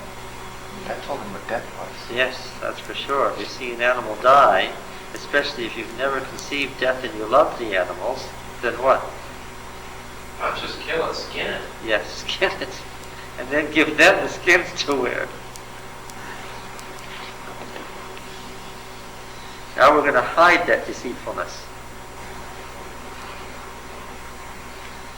Clothe them. Nakedness. Huh? Clothe the nakedness. Yeah, clothe the deceitfulness. We're going to try to cover it up somehow. Then Yahweh God said, Behold, the man has become like one of us, speaking in his court language, knowing everything from good and evil. And now lest he put forth his hand and take also of the tree of life and eat, and live forever. Now, since God has invested the tree of life with some of his own life, he won't let them touch it or eat it. They've shown an inability, a certain tendency to eat fruit that they're not supposed to eat. And again, it's operating on a physical level and a much deeper level. God won't let sinners, what? Live forever. He won't. For one thing, it would be a very unkind thing to do after what he's just described. What would it be? Oh, Yeah. after a while, it wouldn't take too many hundred years before you really got sick of being alive, right? And it wouldn't take too many thousands of years before, if this is all there is, what would you want to do? Yeah. Really would be living hell. Therefore Yahweh God sent him forth from the Garden of Eden to till the ground, the Adam from which he was taken. He drove out the man. It's a word for impulsion. And at the east of the Garden of Eden, he placed the cherubim. Yeah, the cherubim. The cherubim that surround God. The cherubim that are on the ark. The cherubim that are in the Holy of Holies. The cherubim that surround the temple. So what has the garden become? It is the temple that houses God. And what was the motif around the temple? It was a garden filled with trees. The courts were filled with trees. And what was the inside the temple? What was it that held up the walls? What were the pillars and what was on the walls? Cherubim and trees. Trees. The temple was the garden. And in the garden was The rod that budded. The temple was the garden. So if you said to somebody living in the 10th century BC, where's the Garden of Eden now? They wouldn't have said, oh, God took it to heaven before the flood. Quoting Mrs. White, what would they have said? Where is it? It's on Mount Zion. It's in Jerusalem. God's still there. And the cherubim are still guarding the way. and you still can't go in. No, unless you want to what? Die. He placed the cherubim and a flaming sword which turned every way to guard the way to the tree of life. So what? The tree of life is still there. And what's the question? Come to the end that's the end of the creation story. That's the creation of the world as now is. What's the question now? Will they ever return? God is life. There's the tree of life there. There's the cherubim. What? How can we, not only they, but we, how can we get back there? Is there any way to get back there? That's what the story is supposed to create. What is the way to get back? The world is alien now. Man's never going to feel at home. And what's he always going to feel? It tells you in the story. He's always going to feel a longing for what? That you should thank God. Yes. God's where? In the home that was made for man. Somewhere. In what? In a strong sense. I read a poem once. It's here somewhere. And the person is saying, it's here somewhere.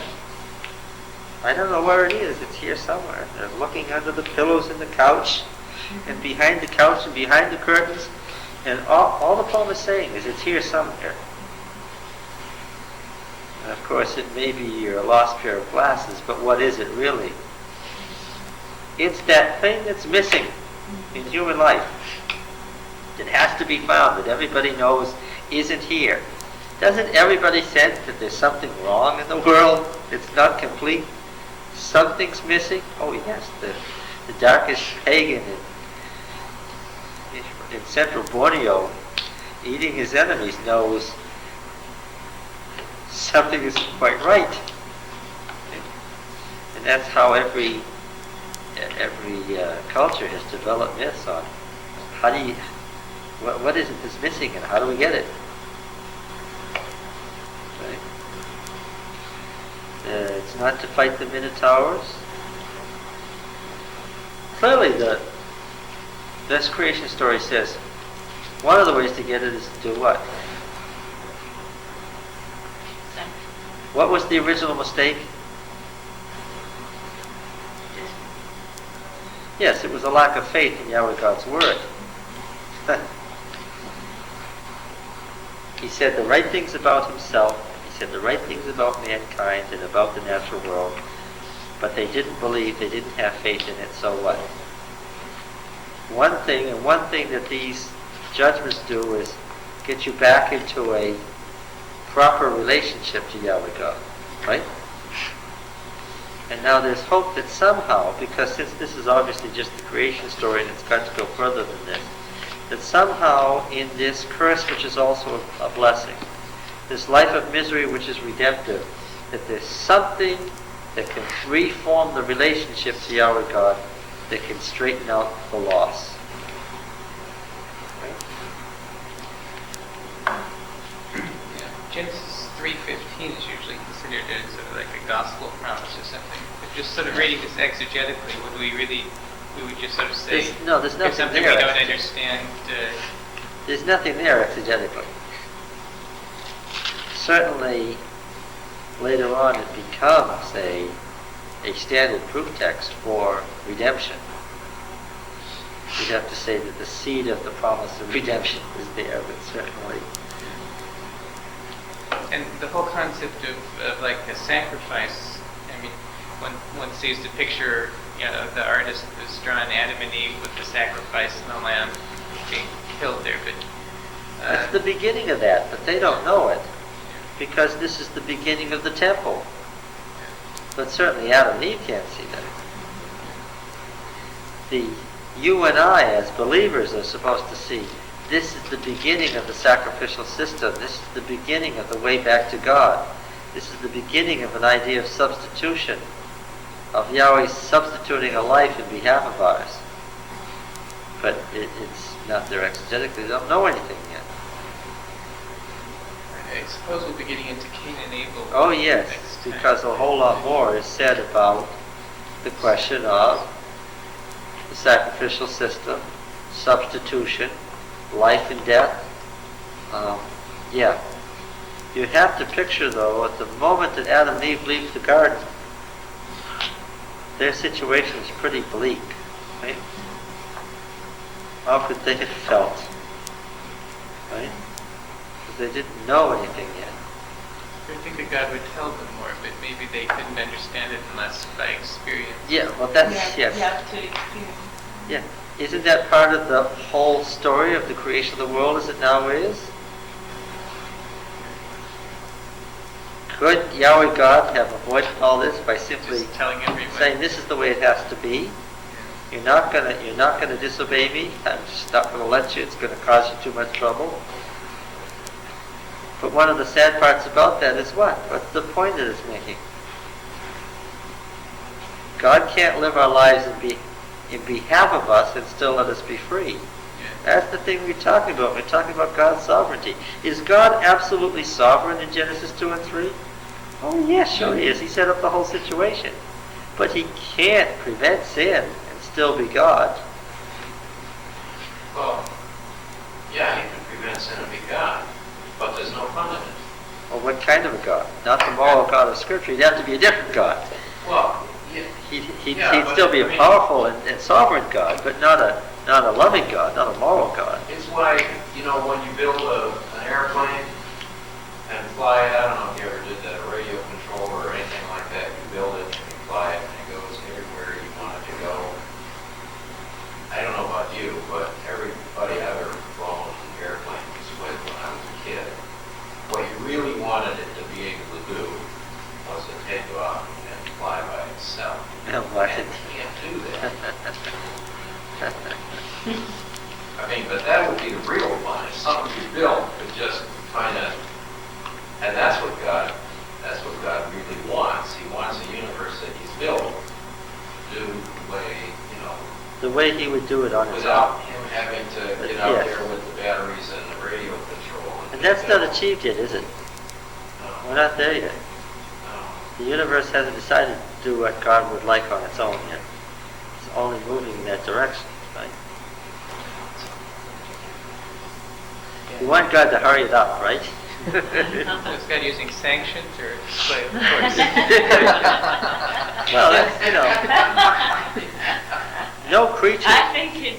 no creature could have been patient enough to get it to where he wants it to go. Because what would any creature have done?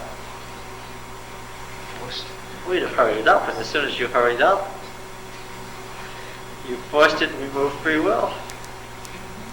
Even if you hurried up just a little bit, isn't the world done enough now? Isn't it baked enough so that God can take it out of the oven? I mean, you would think that tomorrow he would end it, right?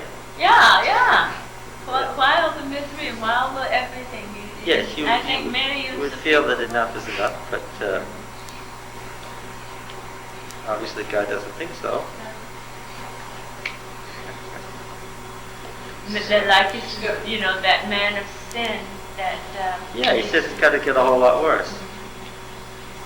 think we have any concept of how big the universe is. That's where our problem is. Everything that's happening here is just a play on stage. Now, has been. And until every being in the universe, without exception, without a single exception, understands and concurs, the play has to go on. And my problem is that, again, the rest of you really don't count. I'm convinced, so let's get on with it. And that's really my problem. That's my key problem, is that I have trouble getting beyond myself. It was interesting that God analyzed what each of these actors did differently An active according. and gave a different curse. They're experiencing God differently, and He gives them different things to get them back on track. Right? From our limited viewpoint, what would we do? Well, we'd handle both. We would tend to think that all sin was the same, and we would tend to think that the remedy for all sin was the same, right? And after all, the bad sins are the ones that I don't have, and the solution is clear to that. I can tell you what to do with a mass murderer. That's easy, right? But maybe I can't, because maybe I have no idea what develops a mass murderer, or what you would have to do to get such a person back to a redemptive state. But it's interesting that in modern times we're looking at things like that, and we're pointing back to society as a problem for individuals. And so this is what the Hebrews were saying, that, get the whole camp clean.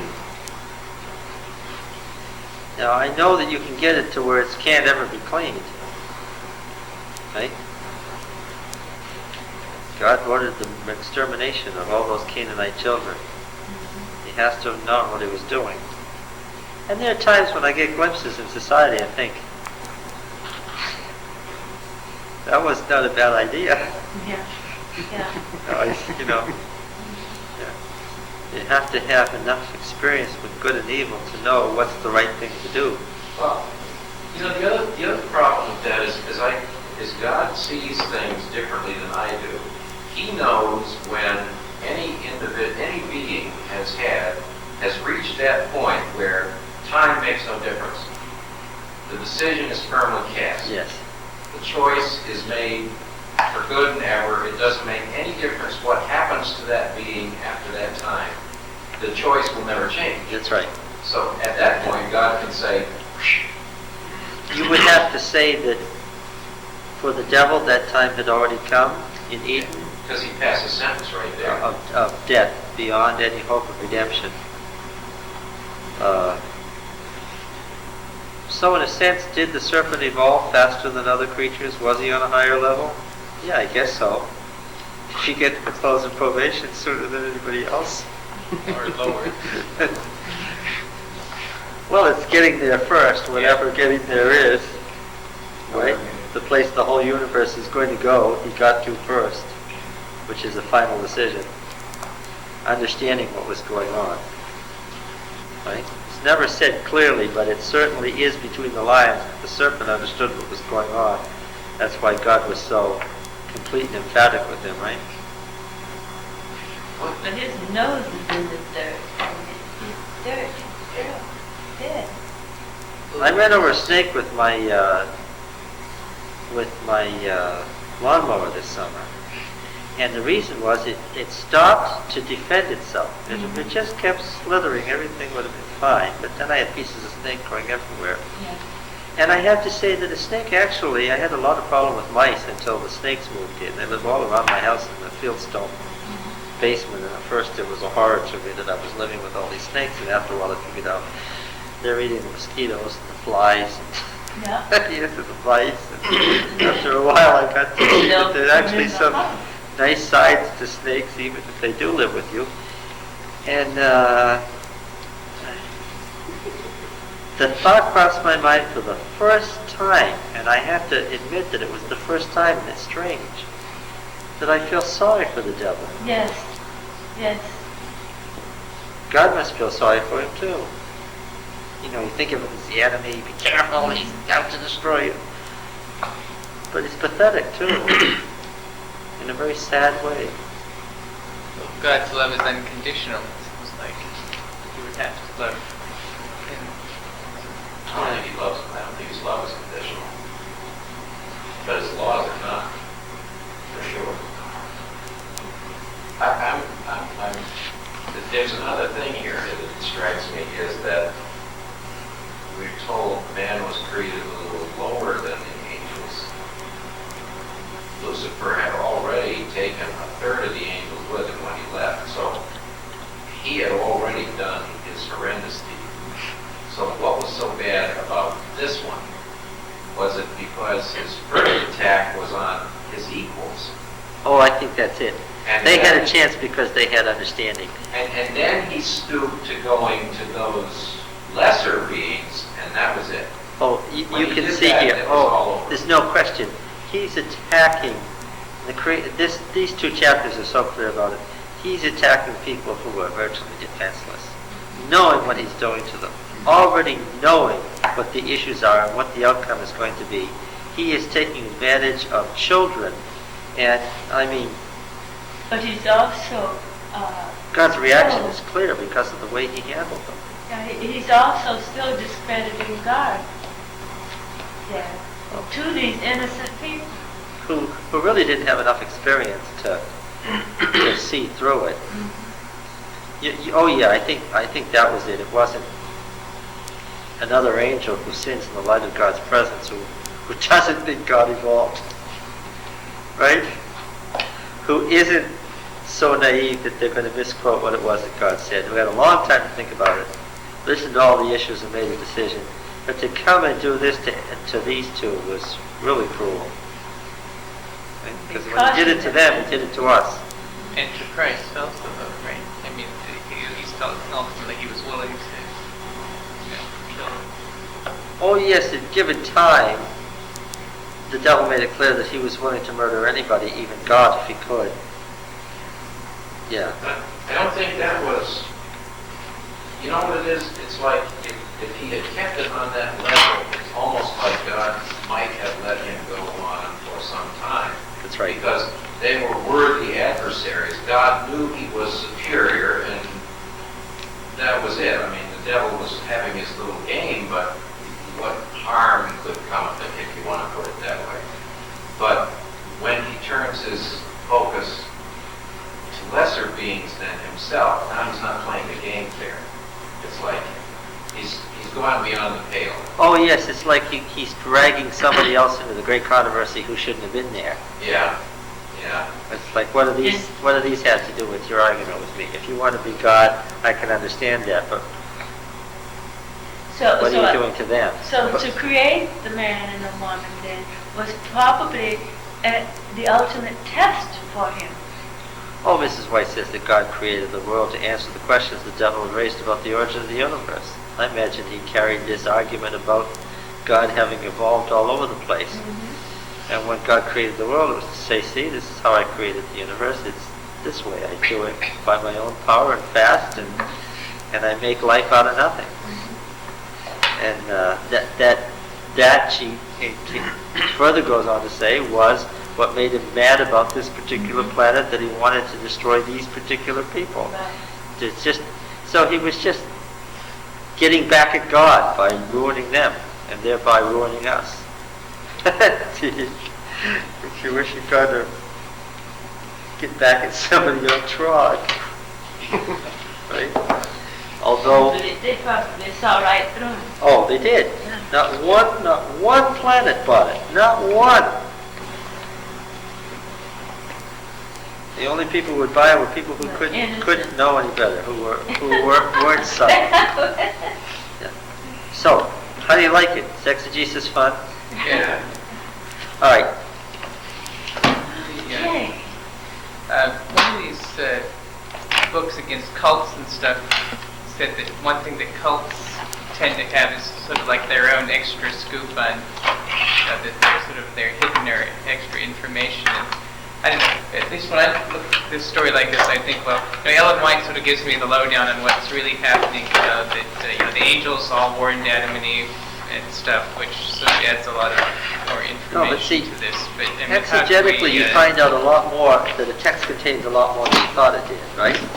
Like, could you have read Genesis 2 and 3 a lot of times and not have known that it was this complicated? Right. And we didn't even look at the language and the scansion and the poetry and analyze each word, which you do a real exegesis, because that takes forever, because I've been doing this for 3 weeks. It takes forever to do it, and it's very complicated. But once you start doing that, you realize, oh, this says all sorts of stuff. Okay?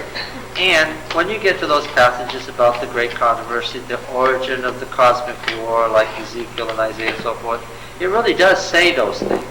And it says them in detail, and you wouldn't have needed Ellen White to say it. But the problem was, where was all this information? It was buried in the dirt. The real ability to do exegesis is a 20th century phenomenon based on the resurrection of the ancient world. Right? So, I interpret that to mean, yeah, that was a stopgap measure. Having Mrs. White have visions about what was going on in the great controversy is sort of a shortcut method to what you can accomplish by doing exegesis anyway. But most people, it's easier for them to pick up a book and read, oh, that's what it was all about, than to go through this process, right? But even in our own church, there aren't going to be that many people willing to sit through this.